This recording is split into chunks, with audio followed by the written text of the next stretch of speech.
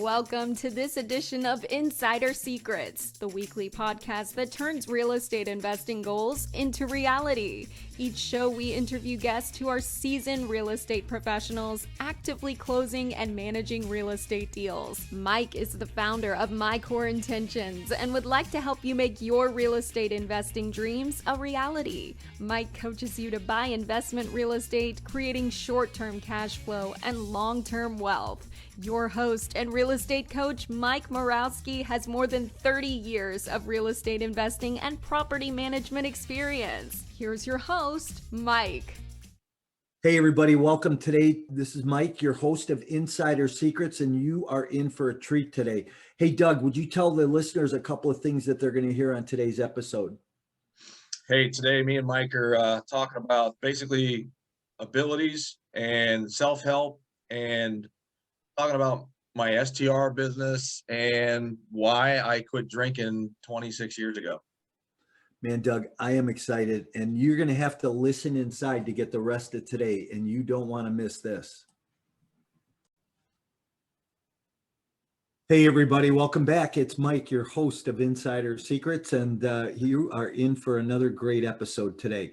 Hey, getting started, let me ask you again, what are your intentions? What'd you wake up and decide you were going to do? Did you follow through on your daily disciplines? Did you set some goals for the day, whether it be sales calls or marketing calls or whatever you had to get done today?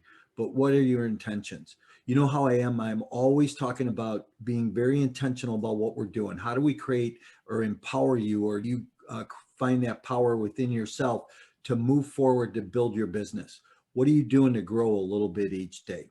So think that through, think those questions through. I know we're going to talk a little bit about that with our guest today. Today, I'm joined by my guest, Doug McCarty. Doug, would you say hi real quick? Hey guys.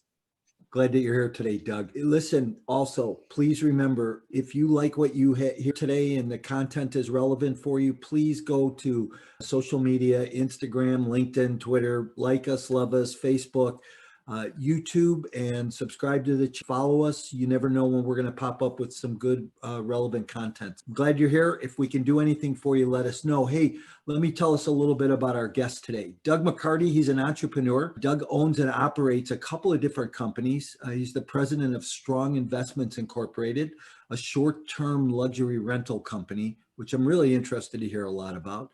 Doug is the district manager for Claim Services, your complete damage adjusting firm. Doug's reasons for living are his family, him, and work. He's a father of a 15-year-old son and has a 10-year-old red lab. Doug has a huge self-awareness, and that's a big part of his existence. I love this. He's been sober for over 26 years. We'll have a little conversation around that. And he's trying to teach the world that making someone else happy will in turn make you happy. I love that, Doug. Hey, welcome to the show today, Doug. Hey, thanks for having me on, Mike. I really appreciate it. Yeah. Hey, so one question I always start out with all my guests, Doug, is in one word, what best describes you personally and professionally? Ability. Wow. I say this, I've done 100 episodes now, and over that 100 episodes, I bet 80 times I've told people nobody's ever said that word.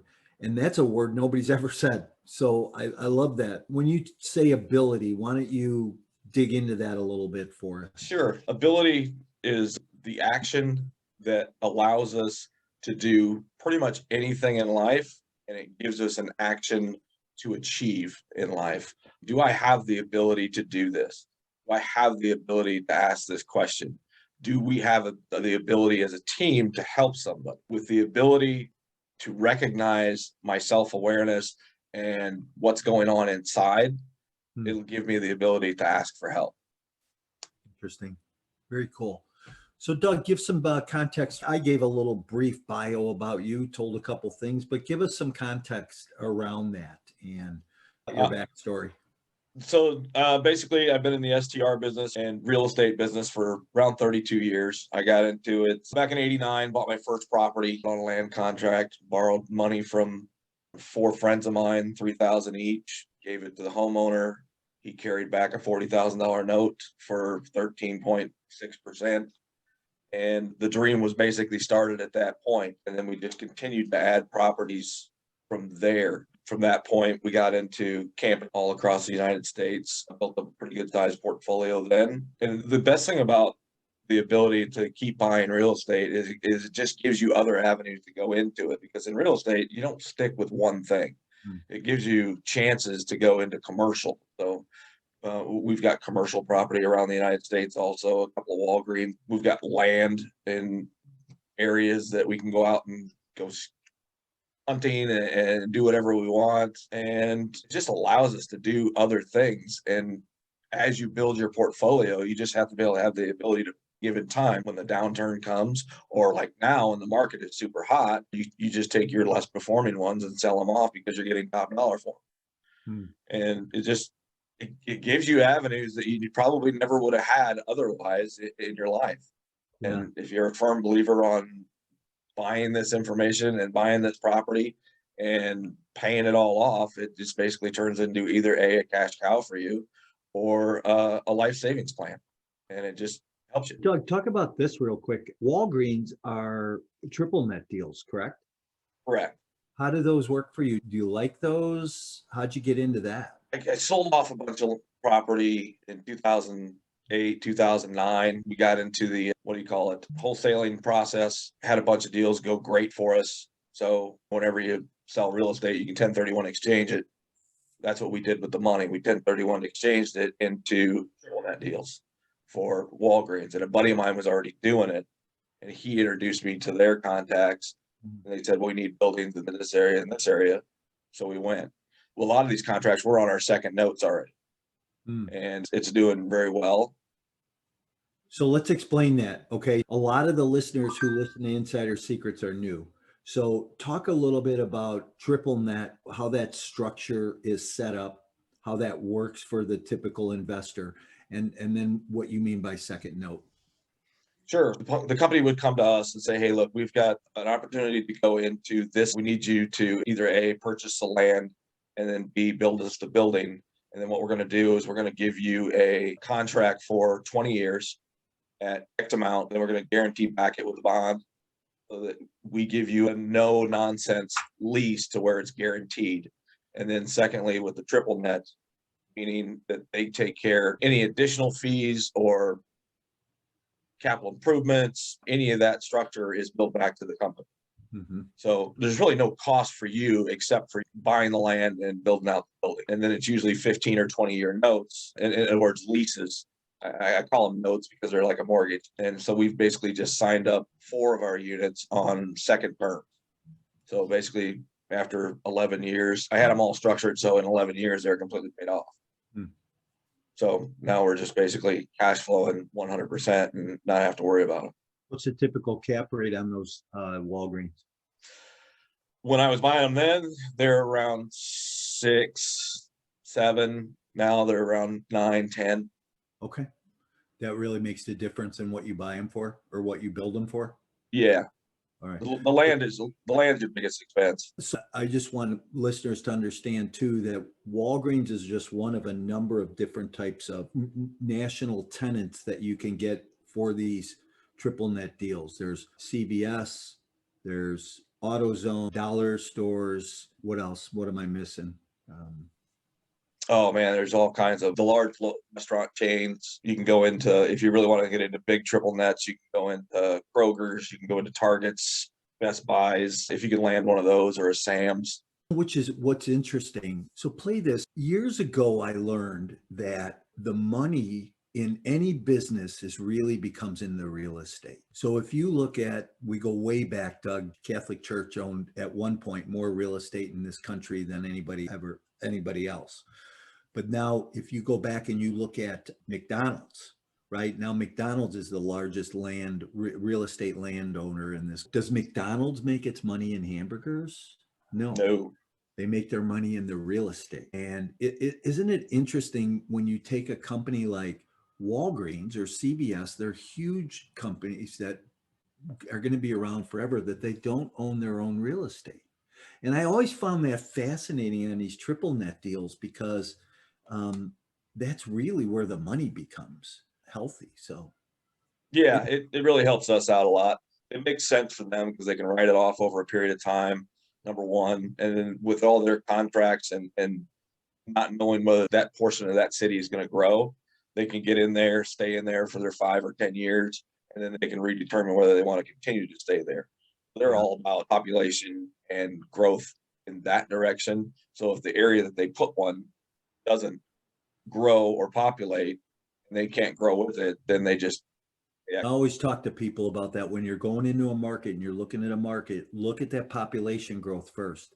That should be the first box that you check. Is it going positive? Is it negative? Where is it going? And I always believe that, especially in the multifamily space, that's what we need to look at, because that drives jobs, it drives income, and you yeah. know, Multifamily, I've never been really into. I think I've owned a couple duplexes in my day, but other than that, that's the largest I ever got into with multifamily.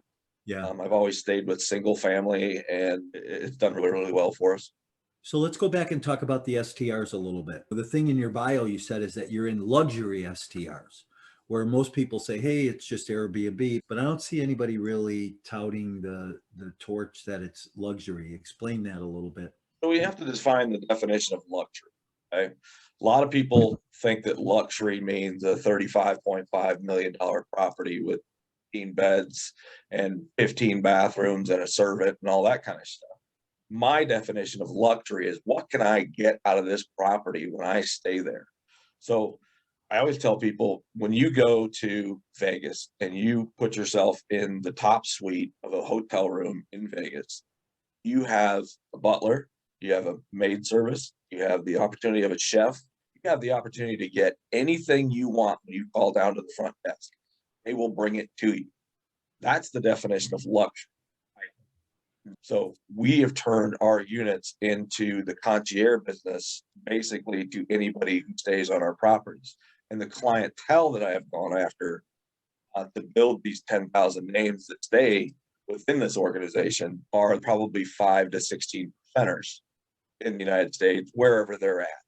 Yeah. They can afford to do these things. So when you stay, if you were to go to one of my properties, let's take Chicago, for example. If you were to go to Chicago and you said, hey, look, I'm taking my son up there. So the Cubs are playing. Can you get me tickets for that? We have tickets to every sporting event in the area. So you have first right to my tickets. And then you just say, hey, I'd like to go out of Michigan a few hours. We have a shared yacht up there. You can rent that from. We have a car available to you in a parking slot at any time you want it that you can rent. We have partnered with 14 restaurants and their chefs. So if you have a party or whatever, you have 10 people that want to stay in our unit, and you guys don't want to go to dinner, you just want to sit on the 35th floor, have dinner, wine and drinks and have fun, they'll come up. These are the things that I consider luxury and make you smile in any possible way, because you don't have to go get it. We bring it to you. Where's that unit at? That unit is on Randolph in Michigan. It's in the Millennium Tower. We overlook Okay. Grant Park. Yep. Yep. Yeah, that's been a great unit. We bought it on foreclosure because the guy ran out of money. He bought 2 units, knocked out the center wall. So it's 3,400 square feet, 4 bedrooms, 4 bathrooms, and it's a phenomenal unit. You caught my attention with the yacht part of it. Right? Yeah. So we partnered with, I got 4 other partners in that. And then we can just all use it. 2 of them also have STRs in the area, and I manage their units also. So mainly we use that boat for that. Yeah, nice. Interesting. Where else do you have STRs? Personally, I own 32 units left, down from 60. Okay. And Why'd you cut back? somebody asked me that they wanted to get into the business about 9-10 months ago, and was there any of mine that I wanted to sell? So we did a performer base on a bunch of units and took anything that was performing between 80, 88 and 90%. And I don't want to sell it price tag on them. And then he gave it to me. So like I said before, it's the ability to be able to pivot. And if you're not emotional about property, you can do whatever you want with it. Here's what I love. Yeah, I know. I always tell people, don't marry the deal. It's math over emotion. But here's what I love what you just said is you put, I don't want to sell it price on it, and he bought them. Right.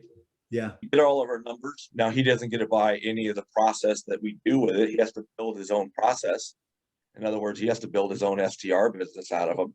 He doesn't get anything that came with ours. I mean, we showed him the numbers that we were doing with those units, but I told him what I do in this business is probably 60% to 70% more than 80% of the people do an STR business because of the hospitality side that I give it. I'm 100% for you, the guest, not the property. You can buy any four walls and turn it into anything you want.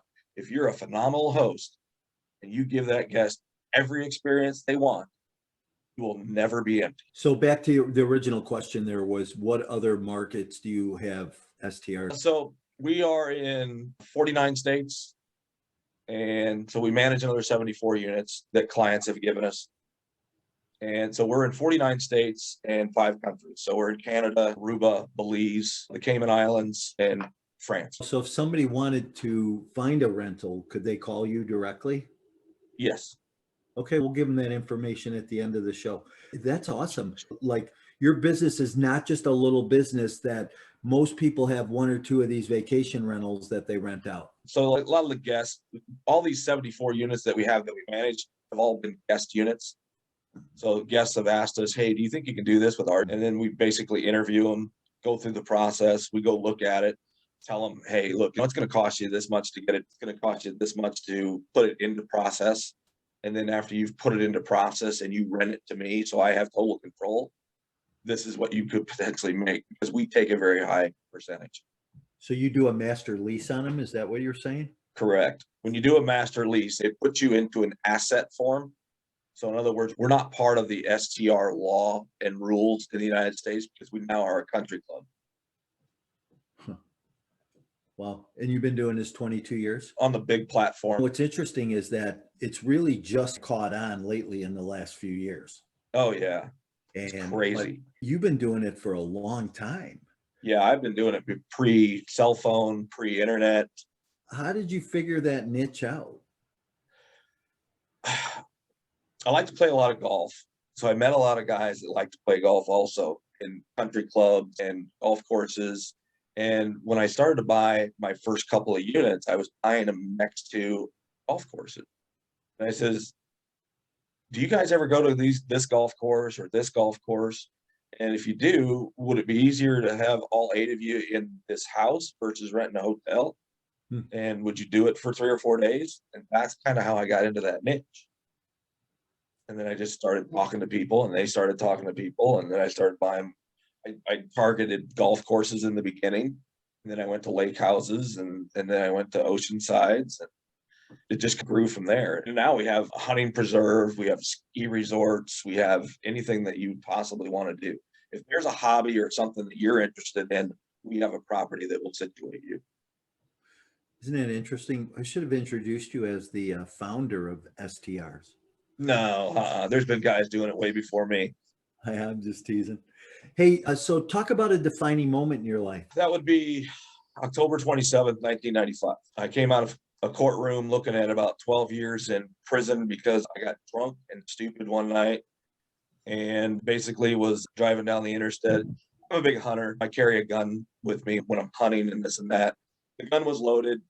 Driving down the interstate, got drunk. Officer said, hey, you got loaded weapon and this kind of stuff. So I fell into that. And I was really stupid drunk. On October 27th, 1995, I got sober. That's my defining moment. I've been sober for 26 years. And it's been a phenomenal ride because without sobriety and the people that helped me within sobriety, I wouldn't know what I know today. And I'd probably still be either dead or drinking and basically doing everything that you're not supposed to do in life instead of doing the things that we're supposed to be doing. Did you go to prison, Doug? I did. I did 325 days on house arrest. Okay. So I got lucky in that aspect. Yeah. When you have to look at a judge during sentencing and the potential of looking at 14 years because of all the things that you're doing and you're shaking in your boots, and then he says you get 324 days in house arrest, you basically hit the ground or hit your knees and understand that you've really got lucky. Here's what I know for sure. Nothing happens in God's world by mistake. True. So just to let you know a little bit, I don't know if you know my whole story, but I was sober 26 years, lost my business, world went to hell, turned upside down, wound up on a 10-year federal prison sentence. I went away in 2013, but before I went away, lost my sobriety. So I just have about 7.5 years now, second time around. So Congratulations. yeah, thanks. It's a lot harder to come back the second time than it is the first time. It's one day at a time, Doug. Yep. And you're right about that. It's tougher the second time around. Yeah, the embarrassment and the pride, and once you let the fears and the ego take control, you're basically screwed. Yeah, man, I didn't think that we would take this turn in this episode here today. It's a great turn. It lets people know who you are. I always like when I ask somebody, "Hey, what was a defining moment in your life?" Come on, give me another one. You want me to go somewhere else? No, I really can't, because it's the truth. And if you know people that have gotten sober, the stories that you can get into and the things that they've done while drinking versus the things that they've done while sober, is the difference is they're telling the truth after they get sober, and they never have to remember what they said before that. It's just a relief, and allows you to basically just do anything you want without structure, without having to think about anything. You can just say what you're saying, and tomorrow I don't have to wake up and go, did I tell him on the phone yesterday? Because now I got to remember exactly what that is in case that conversation comes up again. Yeah, now I don't have to remember where my car is. And Right. if I lose my keys, it's not because I was drunk. It's just because I lost my keys. Yeah, exactly. It was funny. Like a year before I got sober, I hadn't lived with my parents for years, but for some reason one night I got super, super drunk, and the bar was pretty close to where my parents' house was. So I guess I decided to go home and stay there in the basement or something. Well, I woke up on my neighbor's living room floor with my truck parked in their front yard. With my neighbor waking me up, kicking me in the chest, going, "Doug, what are you doing? What are you doing?" I'm like, "What do you want?" And he goes, "Get up. You're in my house." You can laugh at that kind of stuff today. Oh, it's crazy. It's just real life. And I've found that in the last 26 years, that if people can be real with themselves and look at that person in the mirror and just say, you know what, I am who I am, and the stories that I have are what built me. How do I continue to do it this way? Or how do I change that and make myself like myself? If you don't like yourself, because we all know that business and aspirations and everything that we do starts with us. If we don't like ourselves, how is your company, how is anything else going to flourish? How are the friends in your tight circle going to be just as happy as you? If you're angry, they're going to be angry. Yeah, no doubt. No doubt. Well spoken. So obviously you didn't get sober on your own, did you? No. So when I came home from court, I sat down with my dad, and he just said, "So what's your plan?" I said, "Well, I need to get some help. I'm done." And he goes, "That's a good plan." So he looked up in the phone book and found a local AA place and called them and says, "Hey, is there meetings today?" And drove me to my first meeting. And then I met these three guys in this meeting. And till today, those three guys are probably my best friends. John has been sober for 27 years, and Randy and Dave, and they've been sober for 30 years and then 32 years. So it's been an amazing ride. Like I said, when I met John was the first person to shake my hand because he was the door greeter. And he says, "Welcome, and how you doing?" And he just said, he knew I needed help because I walked in. I didn't say anything. I just looked at him with my head down. And then I sat in the back of the room, and as we all do, because we don't know what we're doing, we don't know how we're going to do anything. We just came out of a relationship with something that we loved so much that now we can no longer do. So the change started then. Yeah, it's amazing how God will work in your life if you let him. We're powerless over the things we cannot change. Yeah. And then the definition of insanity, you just keep doing the same thing over and over, getting the same results. That's that first step, though. And I love that because it's not just alcohol and drugs. It's people, places, and things we're powerless over. That's an application of life. That's the reason why I think it took me probably 2 years to grasp it and understand it, bullheaded and not very kindly to taking orders and doing what I'm supposed to be doing when somebody's telling me to do it. I like to do things my own way. But after I grasped it and understood it, realize that it is no longer for me, it's about everybody else that surrounds me, then I figured out, wow, this could be fun. You're comfortable talking about this and you're good? Oh, absolutely. Okay, good. Anybody and everybody around me knows exactly who I am. Like I I said, cherish somebody new coming around and asking me my story. 100 episodes, and first time I've ever talked to anybody about sobriety. I've talked about Jesus a lot because that's what got me through prison and kept me doing what I did. I've never talked to anybody about sobriety on this show. I welcome this. So thank you for doing that today. Absolutely. Yeah, like I said, if you can't face your fears, your ego usually gets in the way. And then once your ego gets in the way, you might as well basically go ask for help because something needs to be changed. What's interesting is my mom has 59 years of sobriety. Wow. And she is hardcore old AA, hardcore, Doug. And that's cool. We've had this conversation about it a number of times. And what you and I are doing right now, and then this gets put out there in the public eye and on the internet, and people listen to it, and she would have a heart attack. Nobody should be publicly talking about their sobriety or AA, but we're not using it for public promotion. You and I are just having a conversation. And what I want to say is, if there's anybody listening to this that needs help or is at that turning point in their life, to make sure that you call me, you call Doug, you get to an AA meeting and get your arms around yourself. Yeah, it's not about self-promotion. I mean, this is just a conversation between two people. The perception that somebody else will perceive from this will be either A, well, those guys are nuts, or you know what, I really want to know what those guys are about and what they're talking about. There's plenty of people already to think I'm nuts, Doug. We already know that. Once everybody can get over the possibility of the picture that they're trying to paint isn't real, life gets a lot easier. The struggles we go through are what create the person. Yeah. And like I said, it's just been a phenomenal ride. I don't care so much about what people think about me. It doesn't bother me to the point that it used to. A little bit now and then, but it's really on them. That's not on me. So it doesn't really affect me as much. That's their perception. That's their problem, because they haven't taken this next step to come up and to ask me questions to really find out who I am and what I'm about, anything about that. So that's on them, not on me. It still bothers me once in a great while what somebody thinks about me, but I have a fine line. People either love me or they don't like me because I'm brash. We can't fix anybody else. You said it early on, I think, in this episode about self-love, really caring about yourself anyhow. So it's about what you think about yourself more than what other people think about us. I can't care if somebody likes me or doesn't like me. And I say that with humility, not that I just don't care, but I can't let it dictate my life. Yeah, correct. It's the same way. I can't be anywhere that I'm at today without the team that I've built, because I always look at everything within business as, I hope that I'm the dumbest person in the room that I've brought with me,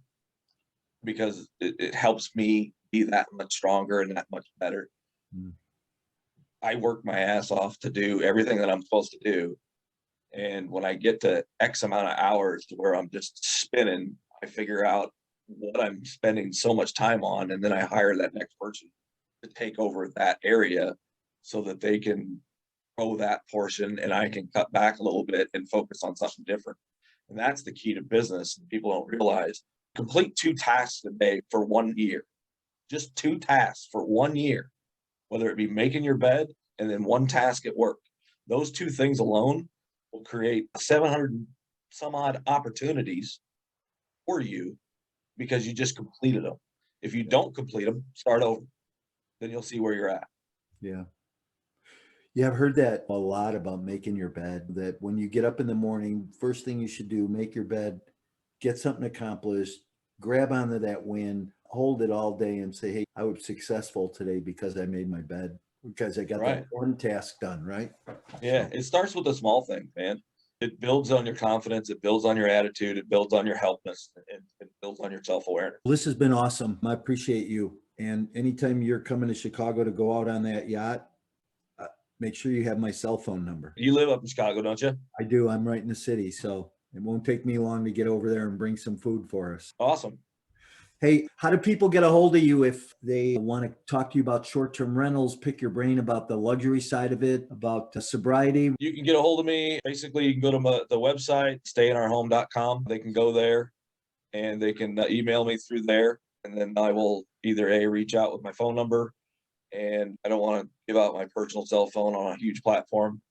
That's But fine. other than that, they can get a hold of me through there. Perfect. Hey, Doug, a little bit of a lighter note. Best book you've ever read? Okay, so if we're talking about transparency, I don't read a lot.